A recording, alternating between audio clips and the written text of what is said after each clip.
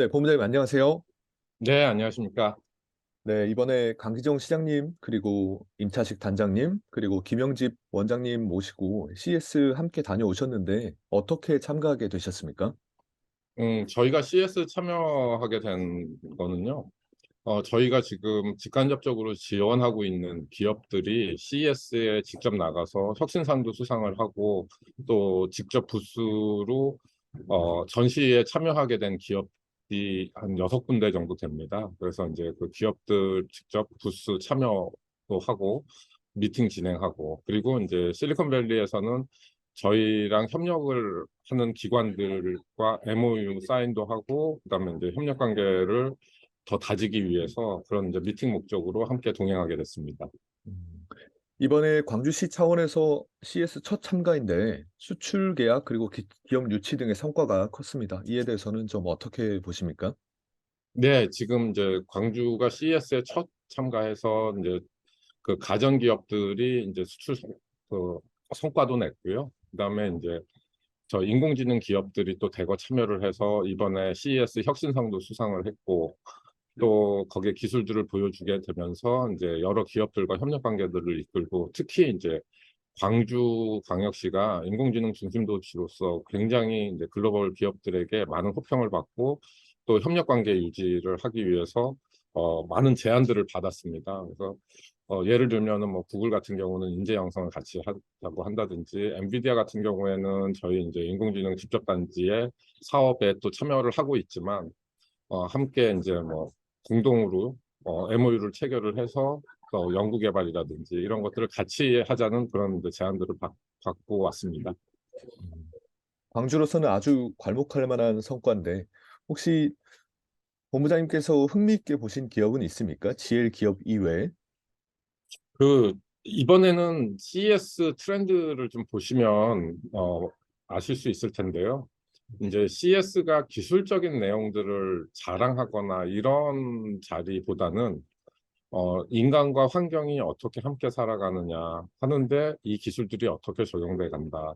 이런 스토리로 완전히 바뀌어 있거든요. 그래서 그 서스테이너빌리티라는 게 이제 사람과 환경이 지속적으로 같이 함께 살아갈 수 있는 이런 테마였기 때문에 어, 이제는 테크놀로지가 아닌 휴먼, 인간 중심의 어떤 기술들이 적용되고 그 기술들이 어떻게 활용되느냐 하는 스토리로 이제 보여주는 그런 자리였어요. 그러다 보니까 뭐 당연히 우리나라 뭐 삼성, LG, SK 같은 대기업들도 전부 다 그런 스토리를 가지고서 이야기를 하고 있고요. 그래서 또 뭐 지금 저 미국의 글로벌 기업들도 다 같은 스토리거든요. 저희가 이제 시장님 모시고 같이 방문했던 뭐 미국의 가장 큰 클라우드 업체인 아마존이라든지 또 마이크로소프트, 구글 다 같은 스토리의 내용들이었고요. 또 하나 좀 괄목할 만한 것들은 뭐 인공지능이라든지 뭐 아니면 빅데이터라든지 IoT 이런 모든 것들이 사람을 위해서 존재하는 스토리로 묶여져 나오고 있고 이런 기술들은 기반화해서 모두 다 적용된다 해서 뭐 그 기술을 따로 이렇게 설명하는 게 아니라 이 기술은 기반해서 모두 다 적용되고 있는 기술이다. 이런 좀 내용들이어가지고요. 지금까지의 CES하고는 조금 다른 모습이었던 것 같습니다. 음. CS 기간 내내 시장님과 가장 지근거리에서 계셨던 걸로 알고 있는데 혹시 강기정 시장님께서는 어떤 기업을 좀 가장 흥미있게 보시던가요? 아무래도 시장님 모시고 다니면서 이제 그 저 이노베이션 어워드를 받았던 기업관들 그쪽에 관심이 많으셨고요. 그리고 광주와 협력하는 이제 글로벌 기업들에 대한 설명들을 굉장히 많이 들으셨어요. 그리고 모든 기술적인 내용들의 인공지능은 저변에 다 깔려서 움직이고 있고, 그러니까 이제 단순히 하드웨어나 기술적으로 어필을 하는 게 아니고, 이제는 플랫폼, 뭐 소프트웨어, 컨텐츠 이런 것들이 융합돼서 나타나는, 그래서 이제 추가적인 그 가치를 만들어내는 이런 것에 굉장히 관심이 많으셨고, 또 시장님께서는 또 많은 경청을 하시더라고요. 그래서 그 이번에 그 우리나라 증권사에서 CES 2023에 대한 키워드 도출한 걸 보면 인물 쪽에서는 우리나라 그 기업들 대기업 총수들 외에 지자체 기관장으로는 유일하게 강기정 시장님이 거기에 올라가 계시거든요. 아마 경청하고 협력 관계를 많이 유치하도록 그렇게 하셔서 아마 그런 결과가 있지 않았나 싶습니다. 네, 이번 광주 GL 기업들이 CES에서 세계 시장에서 기술력과 제품들을 선보였는데 이제 다음 스텝은 어떤 식으로 가져가는 게 좋을까요? 지금 뭐 솔직히 말씀드리면 광주의 기업들이 주로 제조업 중심으로 이제 조금씩 뭐 인공지능이라든지 빅데이터들을 활용하는 단계인 것 같아요. 이제 이번에 CES에서도 보셨지만 이제 그 정도가 아니라 이제 인간 중심으로 기술이 어떻게 활용되고 어떻게 서스테이너블하게 함께 가는지에 대한 스토리를 만들어야 되기 때문에 그쪽으로 굉장히 많이 좀 노력을 기울이고 발전돼야 될 것 같고요. 근데 이제 광주는 그런 기반에 대한 인프라가 지금 갖춰지고 있잖아요. 국내 최대의 데이터댐으로 쓸 수 있는 AI에 데디케이트되어 있는 국가인공지능 데이터 센터를 비롯해서 실증을 할 수 있는데, 그리고 그 오토노머스 드라이빙을 할 수 있는 초대형 드라이빙 시뮬레이터가 광주에 또 만들어지고 있거든요. 그래서 이런 인프라들을 바탕으로 해서 한 단계 더 성숙되고 높은 스토리를 만들어낼 수 있는 그런 기업으로 성장을 해야 진정한 부가가치를 만들 수 있지 않을까 이렇게 생각합니다. 이번 미국 방문 일정에서 구글과 엔비디아 등 대기업들에게 많은 관심을 광주가 받은 걸로 알고 있는데요. 근데 정말로 시민들이 궁금해하는 거는 정말 광주 AI 데이터 센터가 그쪽에도 많이 관심을 갖고 있는가요? 그렇죠. 광주 가장 호평받았던 게 우리나라 기업들도 지금 CES에서 나가서 인공지능 기술이라든지 빅데이터를 활용해서 여러 가지 스토리들을 많이 보여주고 있는데, 광주의 인공지능 산업 집접단지 또는 국가 혁신 거점, 이것에 대해서는 굉장히 관심을 많이 갖고 있었고요. 특히 엔비디아 같은 경우는 AI 네이션이라고 해서 거버먼 차원에서의 협력 관계를 맡는 부서에서 직접 시장님을 환대해 주시고 같이 협력 관계를 맺자고 할 만큼 관심이 많았고요. AWS는 이제 저기 뭐죠? 그쪽에 알렉사라는 인공지능 플랫폼이 있잖아요. 이 플랫폼에 대해서 자동차에도 자율주행 자동차에도 적용이 되고, 그다음에 이제 홈 IoT에 적용되고, 이러한 내용들을 시장님께 굉장히 상세히 설명드리면서 광주와 협력 관계를 맺는데 굉장히 긍정적이었고요. 마이크로소프트 역시 이제 주제가 요즘은 이제 뭐 UAM, 어토노머스 드라이빙, 그다음에 이제 AI 로보틱스, 이런 분야들은 굉장히 광주와 실증을 하고 향후에 협력 관계를 맺기를 원하고 있었고요. 시장님께서도 1단계를 지나서 2단계 사업 계획에 대해서도 상세하게 말씀을 해주시고, 또 이제 그쪽에서도 굉장히 2단계 사업에 대해서 관심을 많이 가졌었습니다.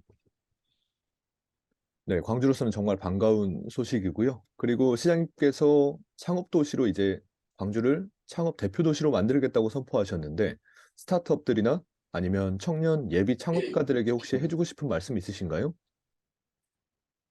뭐 기업을 창업해서 성장시키는 게 쉬운 일이 아니거든요. 굉장히 고통이 따르고 힘든 일인데, 어, 한 번은 도전해 볼 만한 일인 것 같고요.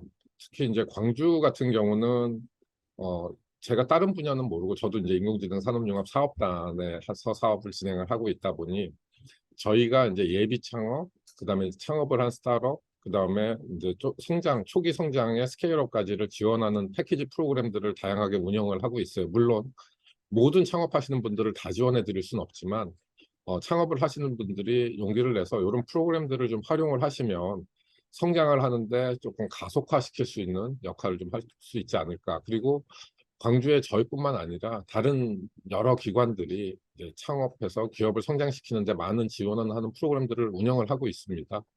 그런 프로그램들을 충분히 활용해 보실 수 있을 것 같고요. 어, 초기 기업을 만들면 많이 듣고 많이 부딪혀 봐야 돼요. 그러면서 성장을 하게 되고, 예를 들면 기업은 크게 성장을 하기 위해서 IR하고 PR이 가장 중요한데, 그러니까 인베스트먼트 릴레이션십은 계속 네트워크를 쌓아가면서 또 발표를 해가면서 스스로에게 질문을 던지면서 완성도가 높아지게 되고요. 그런 걸 이제 힛 레이시오가 점점 높아진다고 하는데, 그 다음에 PR도 자기를 어떻게 프로모션 해야 되는가, 또 가만히 앉아서 노트처럼 공부해서 되는 일은 아닌 것 같고요. 저희도 지금 뭐 네트워크 데이라든지 해피아워라든지 또는 그 대기업에 비즈니스 디벨롭을 하거나 아니면은 그 상품 기획을 하는 분들을 계속 광주로 모셔서 그렇게 초기 창업하는 기업들과의 미팅을 계속 만들어 드리고 있거든요.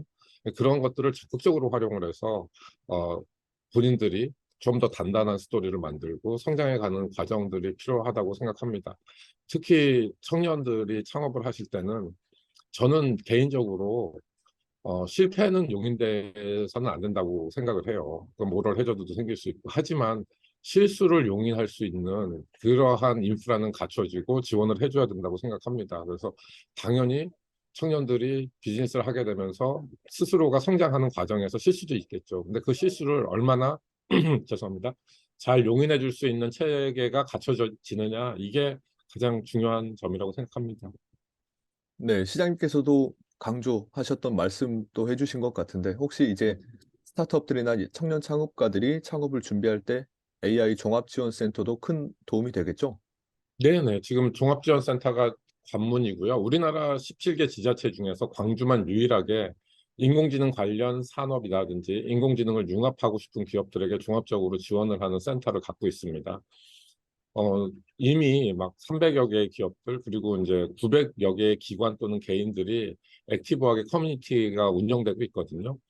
그런 점들을 최대한 활용을 하셔서 정보도 얻고 또 지원하는 프로그램에 대해서 같이 함께 지원을 해보기도 하고 본인이 구현하고자 하는 비즈니스 시나리오를 또 구현하기 위한 도움도 받으시고 지원도 받으시면 조금 더 그 기업이 성장하는데 엑셀러레이션 될 수 있지 않을까 생각합니다.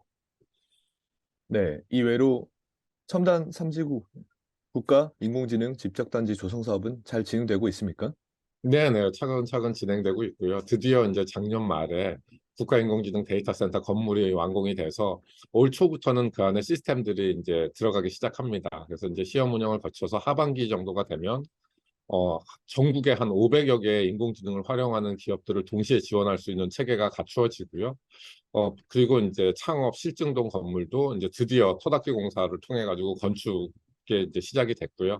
그래서 그런 인프라들은 일정대로 차곡차곡 진행되고 있고요. 또 기업을 지원하기 위한 직간접 프로그램들이 점점 확대하고 있습니다. 그래서 예를 들면 저희가 이제 작년, 재작년에 인공지능 반도체 실증 사업을 조그맣게 진행됐었는데 이제 그게 본격적으로 광주에서 인공지능을 서버단에서 그러니까 MPU 팜을 만들어 가지고 지원할 수 있는 체계가 갖춰지게 되고요. 그리고 이제 그런 서버단에 검증을 할 수 있는 시설도 광주에 갖춰지게 되고 또 헬스케어 산업이 광주에서 사실은 작년 말부터 본격적으로 KS 산업이 광주에서 일어나게 되고 이런 사업들이 본격적으로 확대되고 일어나고 있습니다. 일정대로 잘 진행되고 또 부가적인 사업이 더 확대되고 있다고 말씀드릴 수 있을 것 같습니다. 네, 본부장님 끝으로 인공지능 산업융합사업단의 올해 계획과 목표에 대해서 한 말씀 부탁드립니다. 올해는 이제 저희가 인프라 구축을 프리미티브하게 했던 것들이 본격적인 궤도에 올라가는 해입니다. 국가인공지능 데이터센터도 이제 본격적으로 올 하반기부터 가동이 시작하고요. 그다음에 국내에서는 최초로 공용 인프라라고 해서 산학연이 동시에 쓸 수 있는 게 지스트가 지금 운영을 하고 지스트에 만들어졌는데 광주에 있는 모든 산학연이 다 활용할 수 있는 규모의 슈퍼컴퓨터가 이제 작년에 설치가 다 끝나가지고 올해부터 본격적인 가동에 들어갑니다. 전 세계 178위 정도 되는 규모거든요. 이런 것들을 적극적으로 활용해서 이제 인프라들이 본궤도에 올라가는 중요한 해기 때문에 그것들을 어떻게 효율적으로 잘 활용할 수 있도록 기업들이 하느냐 이게 가장 큰 관건이고요. 두 번째는 기업 성장 속도를 빨리 해야 되는 것들이 있어요. 그래서 이제 저희가 한 2년 정도 기업에 대한 직간접적인 프로그램들을 지원을 했는데 이 프로그램에서 좀 더 효율적으로 좀 진행하는 방법으로 패키징을 좀 다시 리패키징을 좀 하고 있고요. 그리고 이제 코비드 사태를 지나가면서 이제 본격적으로 글로벌로 기업들이 진출할 수 있는 체계를 마련을 해보려고 합니다. 그래서 그게 기업뿐만 아니라 인력 양성 프로그램들도 글로벌 협력 관계를 좀 맺을 수 있도록 그렇게 이제 대학들하고 함께 진행을 할 예정입니다. CS 참가를 발판 삼아서 지역 기업들의 글로벌화를 돕겠다는 그런 말씀이시죠? 네네, 맞습니다. 그리고 실제 이제 올해 조그마한 성과지만 이제 내년부터는 본격적으로 기업들이 이제 글로벌 진출을 할 수 있도록 올해 그 토대를 잘 마련을 하고 지원할 수 있는 체계를 갖추도록 하겠습니다. 네, 오늘 말씀 감사합니다, 본부장님. 네, 네, 감사합니다.